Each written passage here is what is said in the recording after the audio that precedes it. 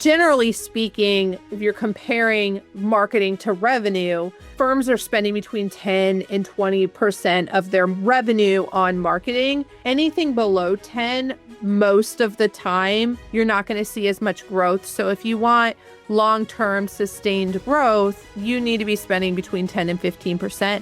For more aggressive growth, firms are spending 20, 25% of their revenue on marketing.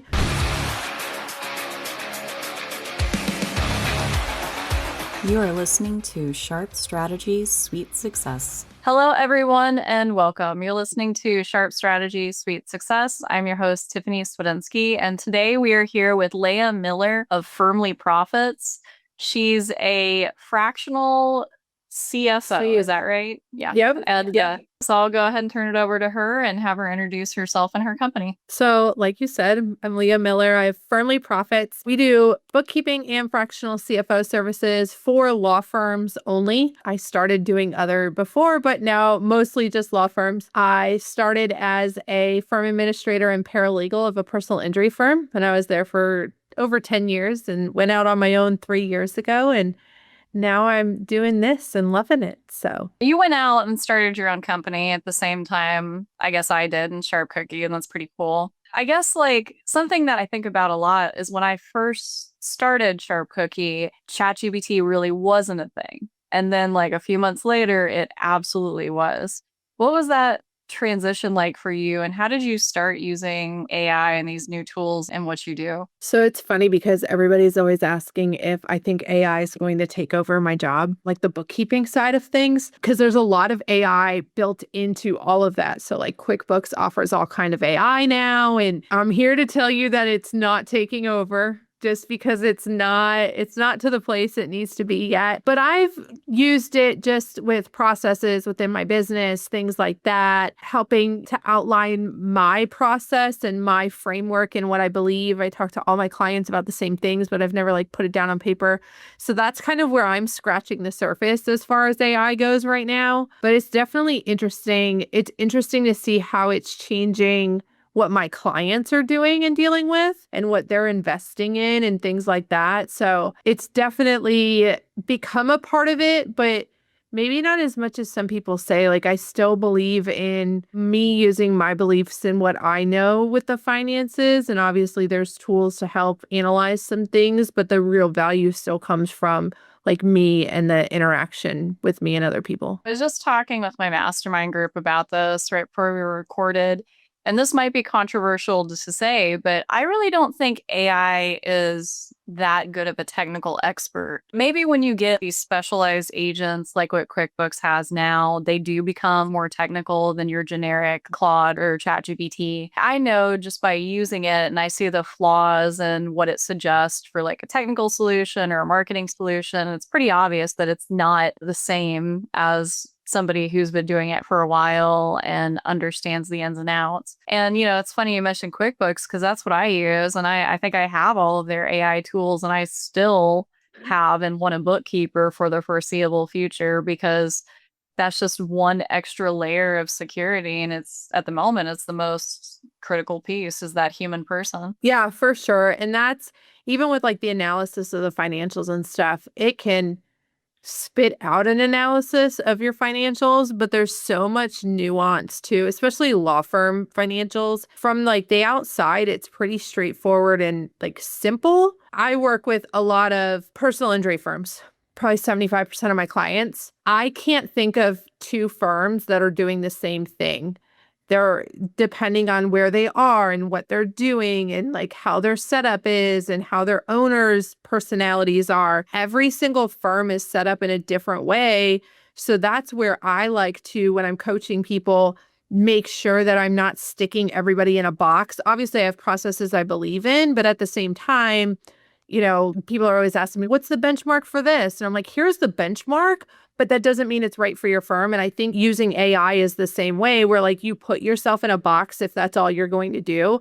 It's a fantastic tool, but you still need the human thought behind, does this work for me or does it work for everybody else? I'm kind of fascinated as a fractional, somebody working with many different firms. What are the similarities and differences between these law firms? And like I'm mostly doing personal injury.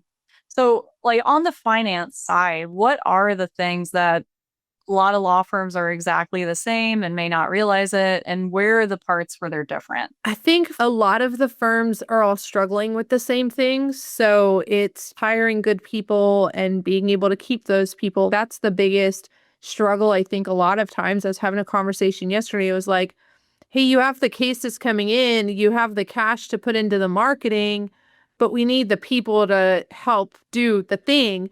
And that's where a lot of them are the same, that they're struggling with that. I think some of them have done a better job at it than others, but like that's one of the big pain points. The things that are different, like I said, they're all just from the most basic of how they set up their accounting to the process, the financial process through the firm. Meet with clients who are mostly remote. So their process looks a lot different than clients who are in-house. And everybody has different beliefs and just how they do things. It's funny to think how different they are, but then they all still struggle with the same. Are we spending enough on marketing? Are we getting the leads? The cost of a lead went up. This week, Google's not working. So it's a lot of those same things. But I'm also seeing like geographically, I have clients in one area of the country where leads are just down. And it's like, we're spending the money, we're doing what we need to do, but leads are down. And then another part of the country where it's like, we're getting so many leads, we can't even catch up. We're turning down the marketing. So it's definitely geographical, makes a difference as well. Budget wise. And weirdly, I don't get a whole lot of transparency into my clients' financials. I mean, it's obvious why you do, and probably obvious why I don't. I'm in the marketing side. But that means I don't really often get to see exactly how much is being spent and where, except for just the stuff I have access to. On the marketing side, just because I'm interested, where are firms spending the most money? And I guess like a follow-up question is, what's like one firm that's doing something different that maybe you can talk about in terms of how they're allocating their budget? So when it comes to overall marketing budget, I don't necessarily get into the weeds of how they're spending the budget. I know for some, and we'll have conversations on, there's lead generation companies and you can buy leads. And is that a good idea? Are we spending it on SEO? So I hear all of that and see all of that. What I normally say is I know enough to know enough, but not enough to like, are the LSAs working here, but the SEO there, it's all over. So generally speaking, if you're comparing marketing to revenue, firms are spending between 10 and 20% of their revenue on marketing. Anything below 10, most of the time, you're not going to see as much growth. So if you want long-term sustained growth, you need to be spending between 10 and 15%. For more aggressive growth, firms are spending 20, 25% of their revenue on marketing. I have some that are up to 30%. And that's when you start getting that high, it's like, okay, how much can you personally give up to put back into the business to spend on marketing? But as far as like the specifics of how they're spending it, again, it's so geographical. I have one client killing it with like putting money just into SEO and not doing any Google ads. And then I have another one that's spending a lot on Google ads and it's working. And so it's so dependent on like where you are. Ones that are doing stuff that is out of the ordinary, I don't even know that it's out of the ordinary, but I've had a lot of conversations about it's so important to get referrals. A lot of times your high value cases come from personal referrals. And so it's like, we are hiring more attorneys to do the legal work to get the owners out of the legal work so they have the time to do the networking and the business development and things like that. So our percentage of revenue spent on people may be a little bit higher than the benchmark says to be, but we're intentionally doing that because we're getting more return on that kind of networking and marketing as opposed to putting that money into traditional marketing. It's definitely odd, like what will work and perform at one firm and what doesn't work and doesn't perform in different geographic regions. And there's like so many factors that it makes it really difficult to pinpoint why is it working here and why isn't it working here. What does a CFO, a fractional CFO do that's maybe outside of what your ordinary bookkeeper accountant combo might do? Okay, so there's three different things: bookkeeper, CPA, and CFO. So bookkeeper is literally just getting the information into QuickBooks, categorizing it, reconciling, doing all of that. And there's different levels of bookkeeping. So my firm, we do bookkeeping so that you can pull the information from your QuickBooks and really have a deep dive into your financials. There's more basic bookkeeping that's like literally the minimum of what you need to do your taxes. So that's bookkeeping. Then you have a CPA, which is what everybody knows. A lot of people are like, I have a CPA, and they just assume the CPA is doing all these financial things. CPA is focused on your taxes most of the time. A lot of times they're not even doing tax strategy. So people assume that they hire somebody to prepare their taxes, that person's going to actually look at their financials and say like, hey, you should really think about this. They're not. A lot of times they're so busy during tax season, they don't put any extra thought into it. Nothing against them. That's just not what they're contracted to do.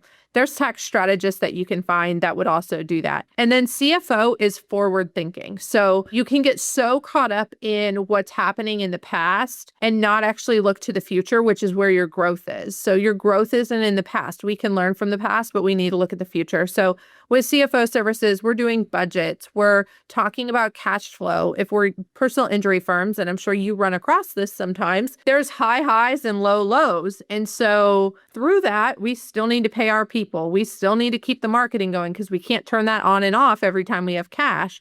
And so we do a lot of cash flow forecasting and talking about what's the plan. Yes, we have cash right now, but next month we're not going to have as much cash, so we can't spend as much right now. And so that's what the CFO services is it's all forward thinking and just making sure like we're continuing, the growth that we want and need. How many of these firms that you're working with have an in-house or full-time person on their marketing team? And if they have more than one, like what's the average? What's that looking like? I would say probably 50% have some sort of in-house person, not necessarily a CMO. I'm trying to think. I think there may be only one or two that have like a full like C-suite type of person. Most of them, it's always like up in the air. I asked somebody one time, I'm like, what do all the marketing people do? I don't even understand. There's so many different like things. And so I have several that are working with fractional CMOs, just somebody who can corral all the things because there's so many different vendors. And then some that are just kind of ad hocing it themselves, or they have an assistant in-house doing it. It really varies. I do like when there's somebody overseeing it and there's a comprehensive like marketing plan. So a lot of times when I'm working with firms that are growing, I tell them, hey, you need to spend more on marketing. You have cash to spend, but I don't want you to spend it unless you have a plan. Have a person put together a whole plan, because what I see happens is they'll be like, oh, I want to go spend $20,000 on Google ads, but I'm also going to sponsor this thing and then I'm going to do this. And so lawyers they tend like the shiny marketing stuff is their favorite. And so they'll see all the shiny marketing stuff and just like buy all of it. And then we don't ever look back to see like, is it working? Is this bringing us towards our goals? So I'm a big believer in, yes, I'm going to tell you to spend the money, but I want a plan before we spend it. And that's actually something that's law firms are, well, I want to say surprisingly bad at, but I've seen it so often that it's not surprising anymore, but just data tracking, because there are ways we can get precision with our marketing data to find out, is this working? Is this particular strategy working, or is it not? And I often am on a personal crusade to try to get law firms to cut out the activities that we're doing that are not actually bringing value to like the marketing overall. So my next question, I'm going to ask you the obvious one, which is like, when you're looking for a marketing plan, what are you looking for as a CFO? I guess like that's really hard to do if you don't have the right data or you don't have the right information to inform that plan and what you can forecast. So like, what are you looking for when you look for a marketing plan? So a lot of what I do is helping firms start tracking that data, because I'll ask the same thing, like, what's your average case value? And they aren't sure. So when it comes to the marketing plan, again, I'm not so particular on how you're spending the money. I just want to make sure it's going to work. So if we start, I'm not a big fan of like putting everything into one thing either, especially with the marketing. Like I want to diversify. Let's see what's working. let's find the thing that's working and continue that. And then if we have some extra cash, let's start experimenting some things over here. Or so like, I just want to see a plan of like, these are where the dollars are going to go. And this is how we're going to track if it's working and how long it should take for it to start working. I understand it can take 6 months to really see what's going on with the marketing. But at the same time, I want to see that it's working eventually. And I want a plan of, okay, we're putting this much here and this is working because we're getting the leads or I always ask, what's your cost per lead? Because if our cost per lead is $3,000, but our average case value is only 8,000, everything's off for sure. But if our average lead is 2,000 and our average case value is 20,000, then we can say like, okay, it's working. So I really think, like you said, we need to have that data to see what's working and not working. And that I want to see as part of the plan. And I'm always big on, like, if we want to spend 30,000 and we're only spending 5 a month right now, I don't want to take 25,000 to get to the 30. It's like, okay, take 5 or 10,000 next month and let's see if it works. And then let's build on that plan. Well, I'm glad you didn't say ROI because that is honestly the part that is like more difficult for me to get because like timeline these cases take. Sometimes it's 3-5 years before we see an outcome. And then at that point, like the marketing we used to generate that lead is gone to like, it's not even something we can do anymore for whatever reason. Yep.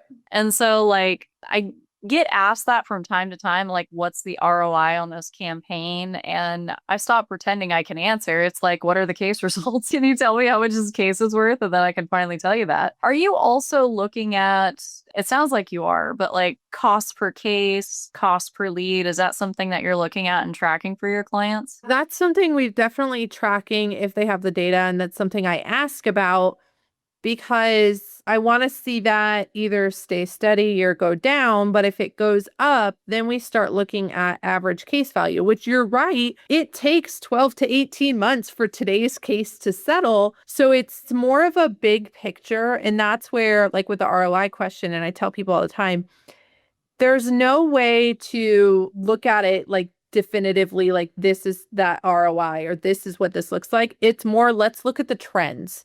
So from the financial side, I want to see what is the trend for average cost per lead or average cost per case signed. And then I want to look at average case value pre-suit, average case value in suit, and what that looks like over time. Because like something I'm dealing with recently with a couple of clients is their cases signed has gone up substantially over last year, but our average case value is going down.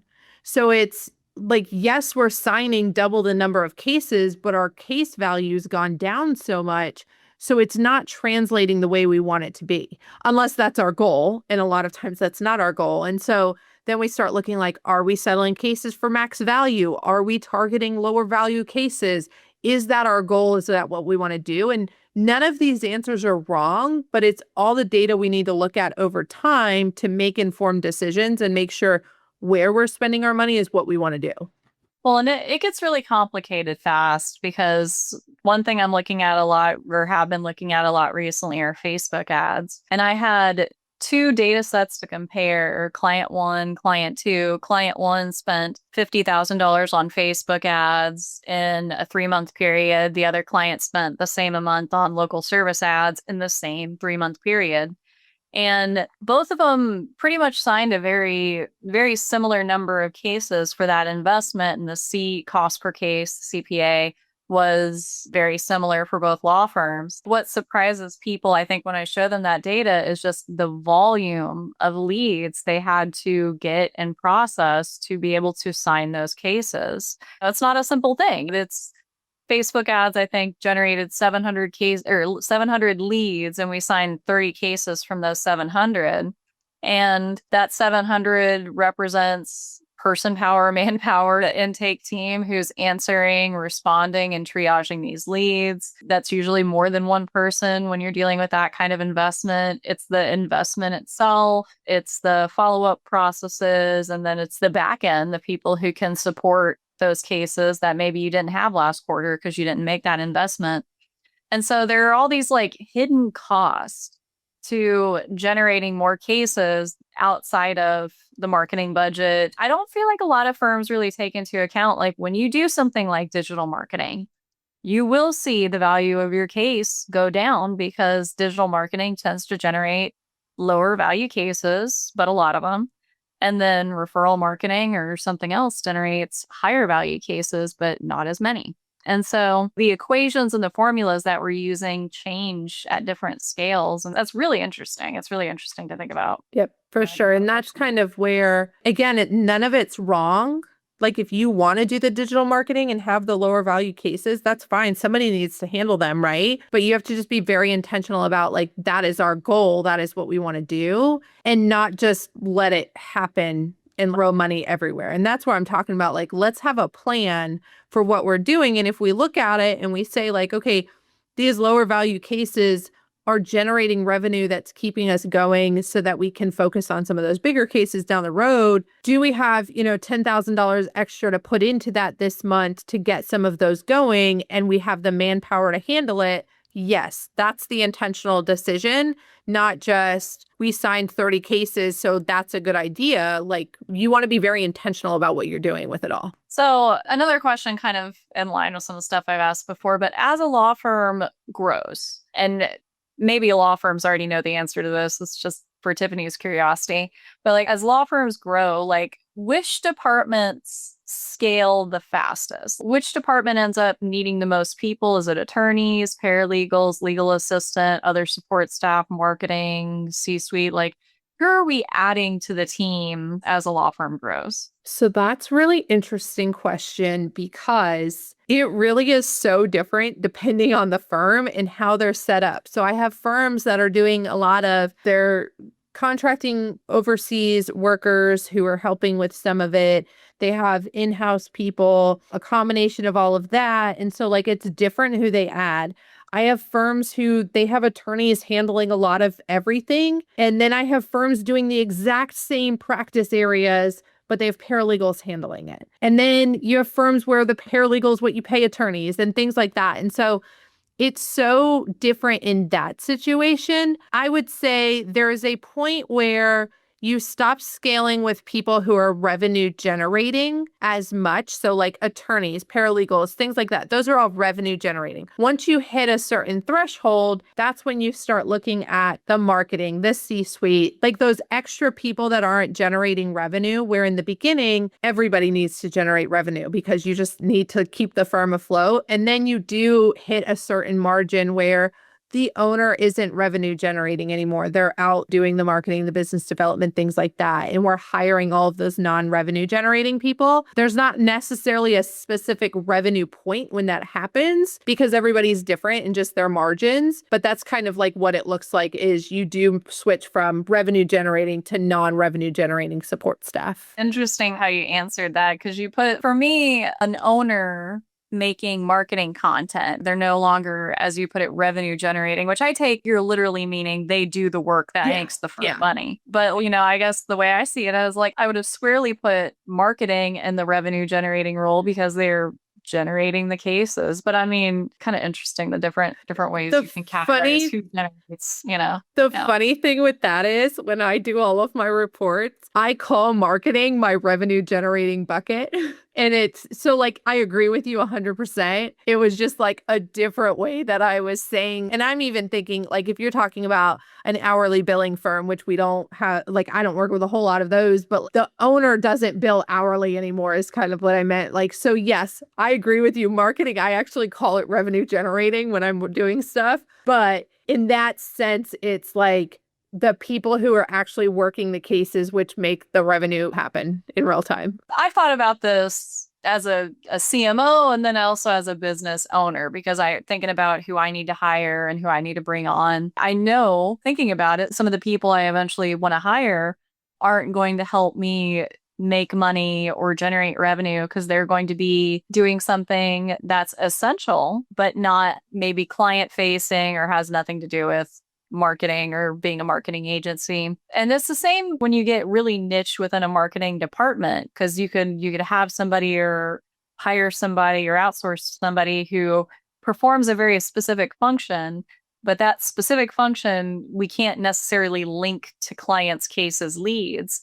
And so I think people can be like too analytical a little bit with stuff like that. They can look at like a role and say, like, do we get value from this role? I was just talking about the doorman fallacy on the mastermind call I was just on, where we tend to reduce the function to its essential roles. You know, a doorman holds open a door, but they also provide security, manage package routing, have a human connection, give instructions, directions to people. So when you eliminate that role, you're inadvertently eliminating all these other important things that they do that isn't obvious to somebody outside looking in. And so I feel like people can be too analytical when it comes to like, what is this? Why are we doing this? How is it making me money? And it's like, not literally, but editing a video doesn't make you money, but we can't publish videos without a video editor. So it's just interesting to think about. I didn't mean to go on too long though, but we are coming up on the end. So I got to ask my last two questions. What's something that you wanted to talk about today that we didn't necessarily get to? I really enjoyed all of it. One of the biggest things I just always tell everybody is really just look at that data and look at your financials on a monthly basis. I think that's the biggest, we talked about a lot about like being intentional. And so I think if you're just intentional with what you're looking at with your financials, that's the most important part of all of this, because it can get like you and I talking back and forth might seem overwhelming for some people listening to this. And it's like, nope, just start at square one of like, what data do I have and how can I look at that? Unfortunately, I look at my financials daily, maybe even like weekly if I'm doing it infrequently. And so I think the advice to somebody who's at that point is either you're growing or you need therapy. Monthly, I strive to look at that stuff monthly. I need to. You are the exception to the rule, because if I can get a law firm owner to look at their financials monthly, I am winning. I'll tell you this, but I have a bookkeeper. And my financials are not nearly as complicated as a law firm's. I just want a bookkeeper. I want that security. And I was talking with them and I was like, I'll get that to you. And they're like, don't worry, you'll get it to me. And they're like, you're actually the client I have who gets back to me the documentation first. And I was like, well, that's nice. So I guess I'm like overly anxious when it comes to that stuff personally. Well, how do you want people to look you up and learn more about you? So you can always go to my website, firmlyprofits.com. I do free consultations. So if you're listening to us and you're like, I have no idea what I need, a bookkeeper, CFO, CPA, all of that, we can do a consultation, get to know your firm. I'll let you know what you need, what you don't need. I'm also on LinkedIn. I post on LinkedIn almost daily. I just try to share tips, tricks, things like that on there. And I love chatting with people on LinkedIn. Well, thank you so much, Leah, for joining us here today. And we could probably have you on again and just talk more financial. Some of it's going to start going over my head, but I'll still probably enjoy it a little bit. Anytime. Well, thanks everyone for listening today. I really appreciate everyone joining us, and we will talk to you guys soon.